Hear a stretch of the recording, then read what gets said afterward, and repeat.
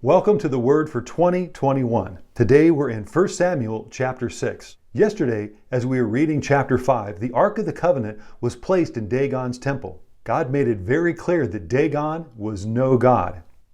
He also got everyone's attention that he was supreme. All the men suffered from tumors in the groin, hemorrhoids. God also brought death and destruction throughout the land. The Ark of the Covenant then was sent from Ashdod to Gath and then finally to Ekron. And those tumors and death, they followed everywhere the Ark went. Then we read in verse 1, when the Ark of the Lord had been in the Philistine territory 7 months, then they wanted to get rid of it, send it back to Israel. I have a question. Why did it take them 7 months? You would have thought with everything that was happening that they would have said, we need to get rid of this now. But instead, they waited 7 months. It could have been because of pride. They might have said, well, we can handle it. Or stupidity, just a lack of understanding.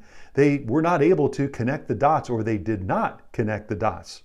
Or they refused to see. They just thought that this was a coincidence only. Or it could have been God's judgment that He was not allowing them to think clearly or straight. I'm also reminded of what took place in Exodus chapter 8. As God was bringing plagues upon Egypt, there was the plague of frogs. Frogs were everywhere. And finally, Pharaoh called Moses in and he said, pray that the Lord will take away these frogs. Then Moses said, well, I will leave it up to you, Pharaoh. When would you like me to pray that these frogs leave? And then surprisingly, Pharaoh then said, tomorrow. He still wanted to say that he was in control. Well, control, it's simply an illusion. We're not in control of anything. We can try, but we are not all-powerful, and we are not almighty. Only God is all-powerful and almighty.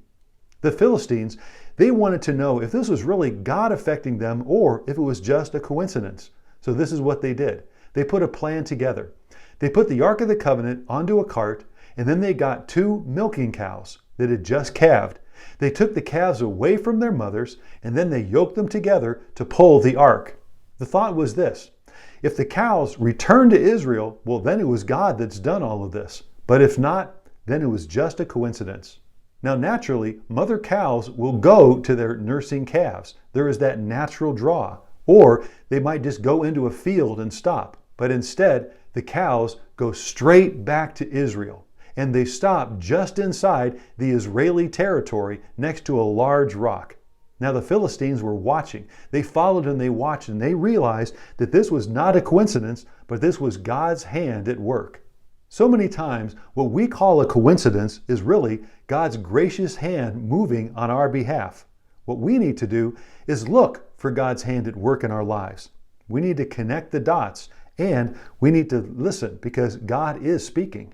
Here in chapter 5, God made it very clear to the Philistines that He was God, and they came to understand His power and His authority. We do not need to defend God or to protect God.